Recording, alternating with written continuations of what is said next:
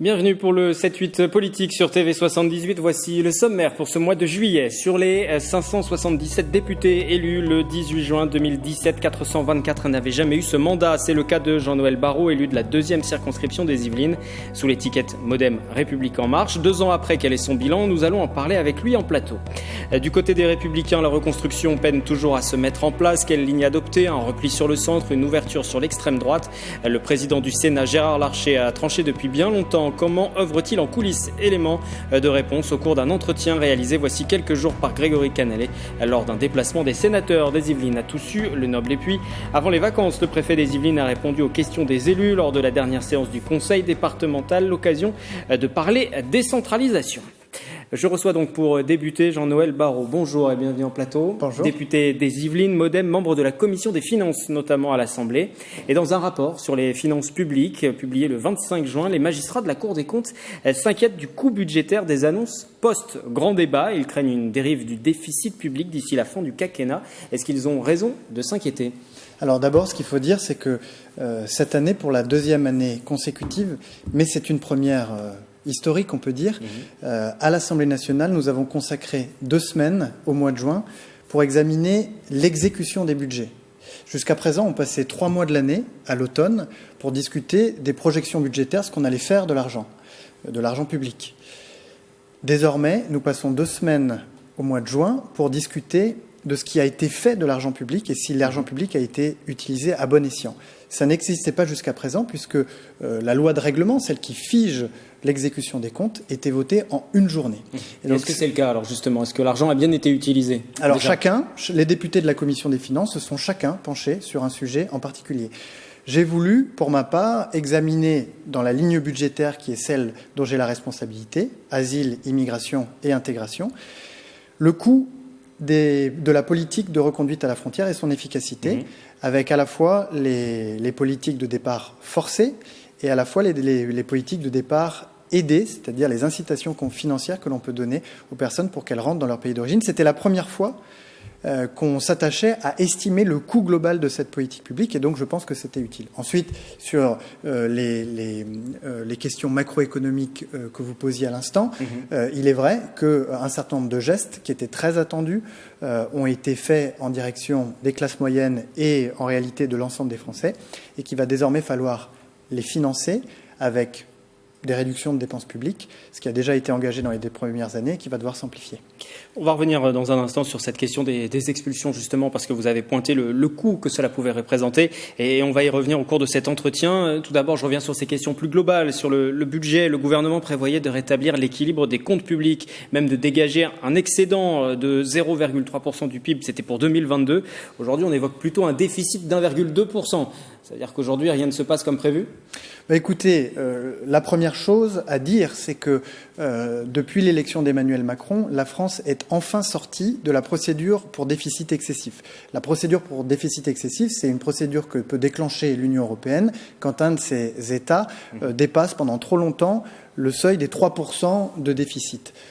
Nous sommes sortis de cette situation et les projections actuelles, en tenant compte des dépenses et des réductions d'impôts qui ont fait suite au mouvement des Gilets jaunes, nous permettent de penser que nous resterons à l'abri de cette procédure à laquelle nous étions soumises et dont nous étions l'un des seuls pays européens à être encore le sujet.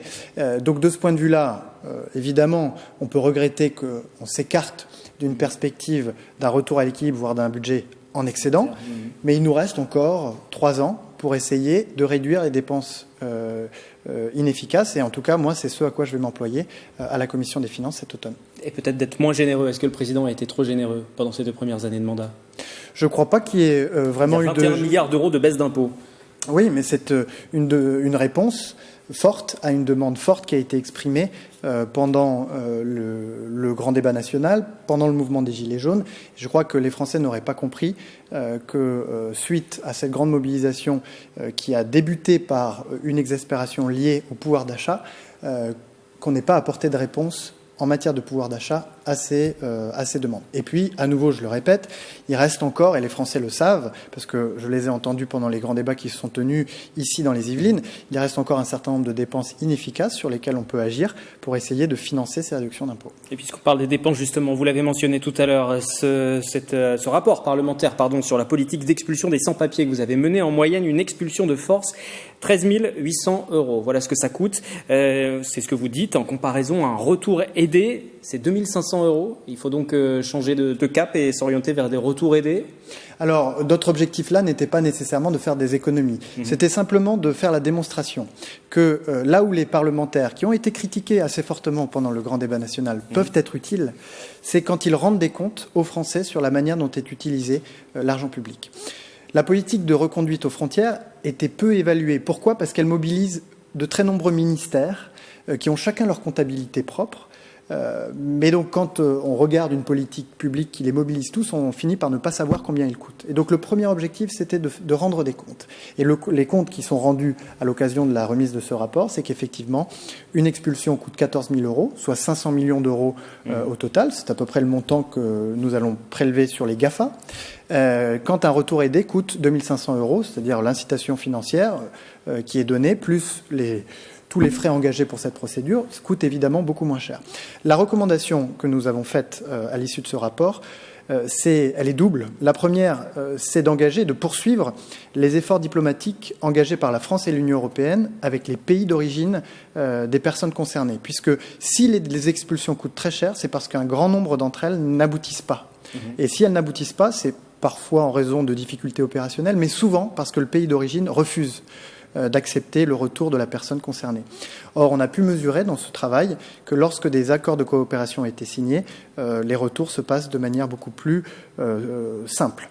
Et en matière de retour aidé, là, nous avons une recommandation qui est de monter en puissance sur ce dispositif parce que nous sommes en retard par rapport à d'autres pays européens qui l'utilisent beaucoup plus en moyenne que les expulsions. Ce n'est pas le cas en France, on fait plus d'expulsions que de retour aidé.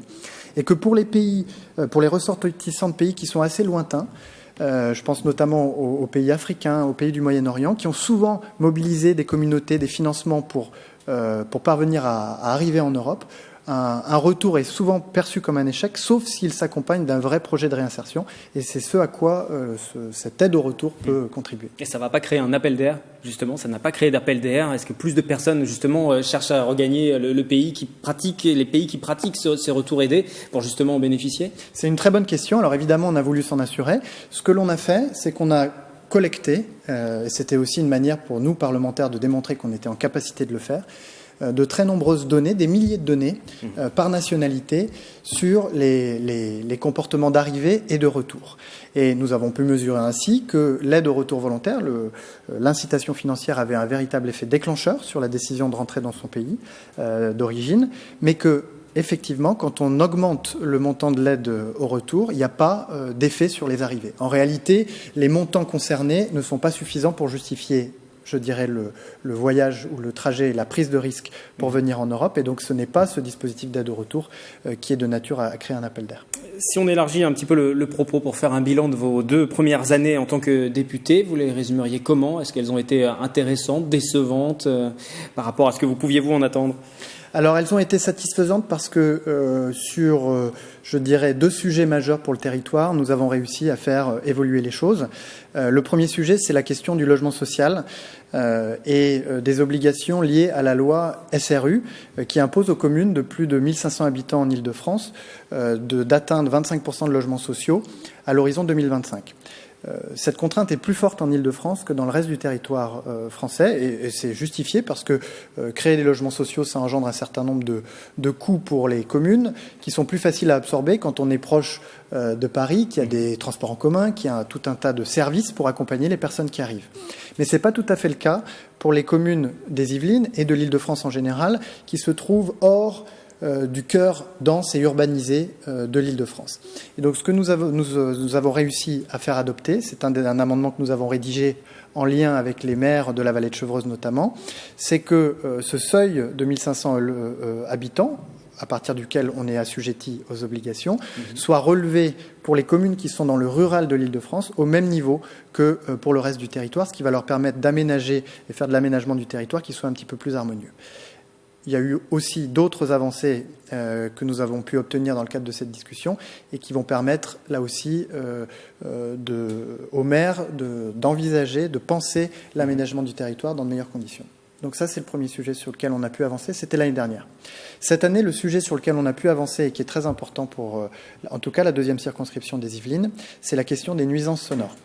En Vallée de Chevreuse plus particulièrement, effectivement, je le reprécise, votre circonscription s'étend de Viroflay à Cernay-la-Ville, et on est sur des problématiques très différentes, mais il y a cette partie rurale, et donc on en revient aux nuisances sonores en Vallée de Chevreuse. Vous avez raison, et des nuisances sonores qui existent en Vallée de Chevreuse du fait de la circulation des deux roues, mais des nuisances sonores qui existent aussi à Versailles, dans une moindre mesure à Viroflay, disons surtout à Versailles, en raison de la proximité d'infrastructures de transport lourdes. Je pense à l'A86 à Versailles, et je pense bien sûr aux infrastructures ferroviaires et au pont des Chantiers à Versailles, qui, du fait des vibrations qu'il engendre, y compris après les travaux qui ont été menés, engendrent des désagréments, voire des risques pour la santé des riverains, auxquels il fallait qu'on apporte une réponse, ou tout au moins dont il fallait qu'on puisse tenir compte désormais dans la loi. Et il y a deux avancées sur ces deux problèmes, les deux roues et les infrastructures, qui sont majeures. La première, c'est que désormais, dans le Code de l'environnement, est créé un chapitre sur la prévention de la pollution sonore, qui va avoir des répercussions en chaîne sur la plupart des décisions d'aménagement et des infrastructures qui seront prises à l'avenir.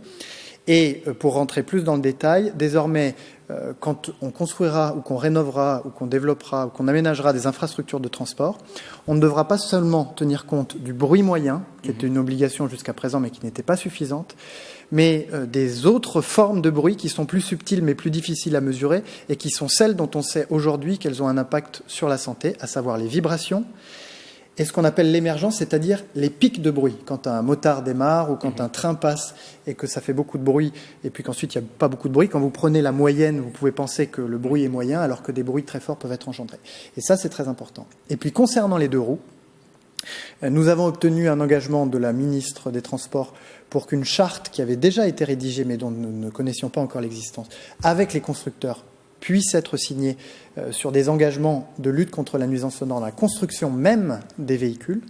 Et d'autre part, nous avons obtenu que pendant 2 ans puisse se tenir une expérimentation de radars acoustiques qui ont vocation à terme à pouvoir verbaliser les conducteurs de véhicules qui sont trop bruyants. Et ça tombe très bien parce qu'en parallèle, nous avons travaillé avec Bruit Parif, l'Observatoire du bruit en Île-de-France, pour que la vallée de Chevreuse, et notamment les zones très fréquentées par les motards, puissent accueillir l'une des 3 expérimentations de ces radars acoustiques que Bruit Parif a développées. Il y en a une qui sera au centre de Paris, il y en a une qui sera sur les chantiers du Grand Paris, et il y en a une qui sera dans la vallée de Chevreuse dès cet été. Donc c'est une satisfaction parce que les choses avancent sur ce front-là. Voilà pour les actions que vous avez menées en tant que député. Tout de même une question aussi à vous poser. Comment se passent les rapports avec La République En Marche, vous qui êtes élu MoDem ?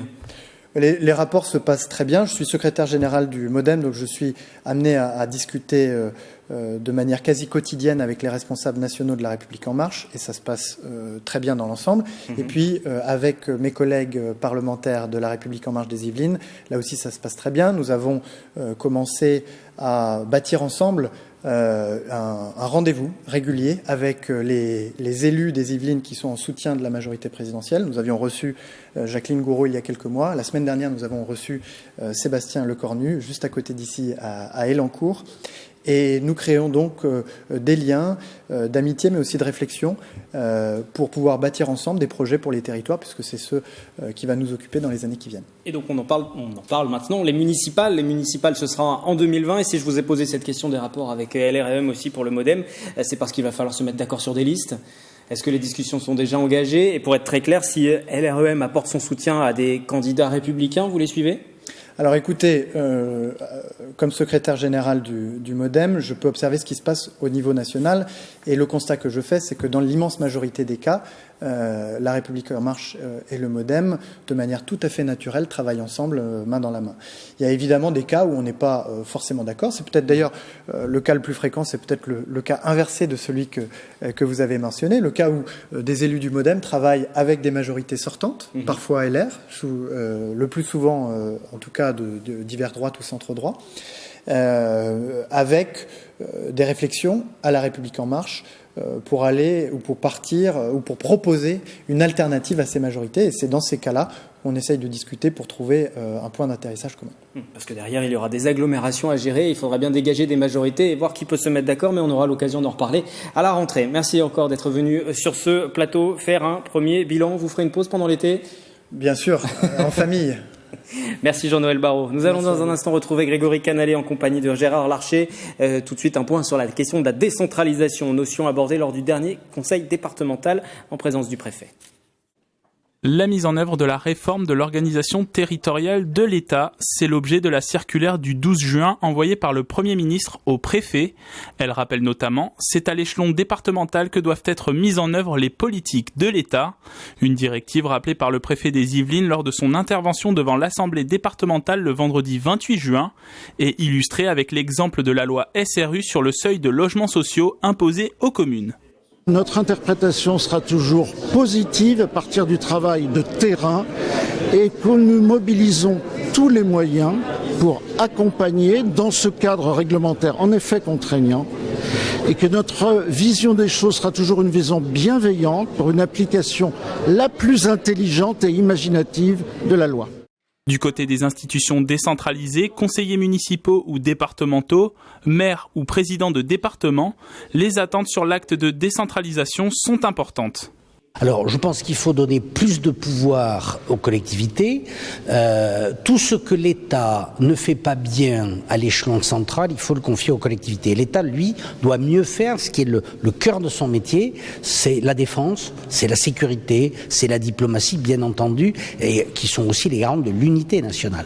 Mais localement, on est plus opérationnel. Donc, il y a les communes, et en soutien de ces communes, il y a les départements qui coordonnent, qui accompagnent les communes, leurs intercommunalités. Je dirais de redonner à la proximité et redonner au territoire les compétences et l'autorité et la responsabilité qu'ils doivent avoir. Qui mieux que les élus de territoire, je dirais sur la proximité, sont à même de mettre en place une réorganisation. Sur la réorganisation des services de l'État dans le département, les directives sont en cours d'application. Le gouvernement lancera en 2020 la réforme sur les collectivités territoriales.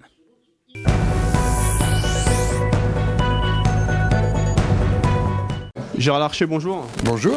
Alors c'est ici aujourd'hui, vendredi 28 juin, à Toussus-le-Noble, votre troisième visite sur le territoire des Yvelines avec les sénateurs, après Saint-Germain-en-Laye et Versailles. Pourquoi choisir pour cette troisième visite Toussus-le-Noble ? Après Saint-Germain-en-Laye, Versailles, le Rambolitain, le Mantois, parce que je crois qu'on a là l'exemple d'un lieu d'innovation qui dépasse la seule commune de Toussus-le-Noble, qui s'adresse d'ailleurs à tout le pays au travers d'une démarche vertueuse. La réalité de l'aéronautique, l'importance de la formation des pilotes, l'importance aussi, il faut le dire, de ce que représente l'aviation en matière de développement économique. Mais s'il n'y avait pas eu la volonté d'une commune, d'un maire, qui aurait pu se dire « allez, je me débarrasse du dossier et allez, on se bat pour fermer l'aérodrome », il y a eu une démarche qui a été portée d'abord par une équipe municipale et son maire.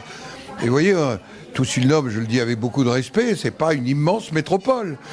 C'est une commune de moins de 1500 habitants qui a eu la volonté de prendre en main son destin dans l'intérêt de ses habitants en partant d'un principe. Il faut dialoguer avec les riverains parce que c'est vrai, il y a la réalité des nuisances. Et en même temps, nous sommes à 20 km de la Tour Eiffel. On est à 5 km de la Chambre du Roi, comme le disait le maire en nous accueillant. Et Patrick Charles, il a manifesté avec son équipe municipale une vraie volonté. Il y a aussi un sujet que je voulais aborder avec vous, Gérard Larcher, c'est la reconstruction de votre formation. Les Républicains, un parti qui est en crise après les mauvais résultats aux élections européennes. Alors, pour repartir, certains plaident, notamment l'union de votre parti avec le Rassemblement national. Plusieurs élus LR et collaborateurs ont dîné récemment avec Marion Maréchal Le Pen. Est-ce qu'il faut les exclure du parti ? Aucune union c'est pas le sujet. Je suis lancé dans une démarche d'une toute autre nature. D'abord, je suis resté dans la famille des Républicains parce que c'est une famille qui doit, en quelque sorte, se recomposer. C'est-à-dire rassembler. Ce pourquoi elle a été créée, rassemblement des centristes, rassemblement des gaullistes, rassemblement de la famille radicale, rassemblement de la droite libérale. C'est ça notre famille. Et pour moi, il y a une cloison étanche avec le Rassemblement national. Donc c'est même pas un sujet. Et même étanche aussi de l'autre côté avec même dîner, c'est une brèche dans la cloison. Moi, je suis lancé dans une démarche personnelle, mais qui naît d'abord une démarche collective. Pourquoi personnelle ? Parce que je me suis dit, tu ne peux pas rester président du Sénat dans ton confort. Et je crois que nous avons une responsabilité, c'est d'occuper un espace politique qui se situe entre la République en marche, un mouvement naturellement démocratique, et le Rassemblement national, dont je ne considère pas qu'il porte des valeurs qui me soient et qui nous soient compatibles, nous, la famille des Républicains. Et pourquoi ? Parce que, nous l'avons vu, y compris dans les européennes, se réduire à un choix binaire entre le président de la République et Madame Le Pen, c'est prendre le risque politique un matin de nous réveiller italiens. Vous voyez à quoi je fais allusion ? L'union entre les populistes et la Ligue du Nord. Italien, c'est nous dire qu'un jour, Madame Le Pen pourrait être à la tête du pays, et pour moi c'est impensable. Et donc je pense que j'ai une responsabilité, moi, de dire à mes compatriotes, aux citoyens. Et pour ça j'ai une démarche. Partir du territoire. Je pense que notre projet politique s'est éloigné des réalités territoriales. Et d'ailleurs, si nous ne repartons pas au travers de la confiance dans les territoires, au travers des élus, au travers notamment d'une décentralisation, une nouvelle génération de décentralisation, alors nous pourrions nous réveiller dans une alternative politique qui ne serait pas conforme à mes valeurs.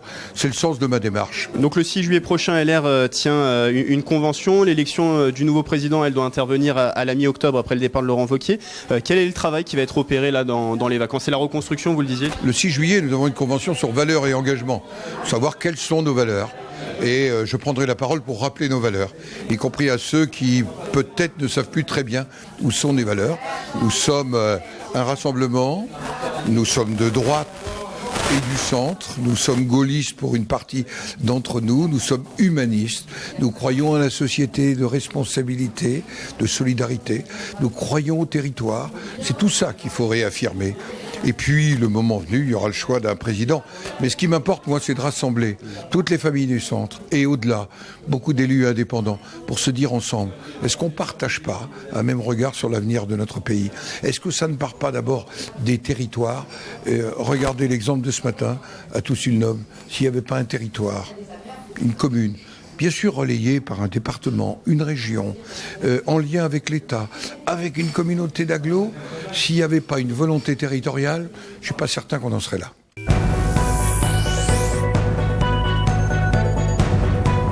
Nous refermons à présent ce 7-8 politique, prochain numéro à la rentrée en septembre, et l'année prochaine sera chargée avec les élections municipales prévues en 2020. D'ici là, très bel été.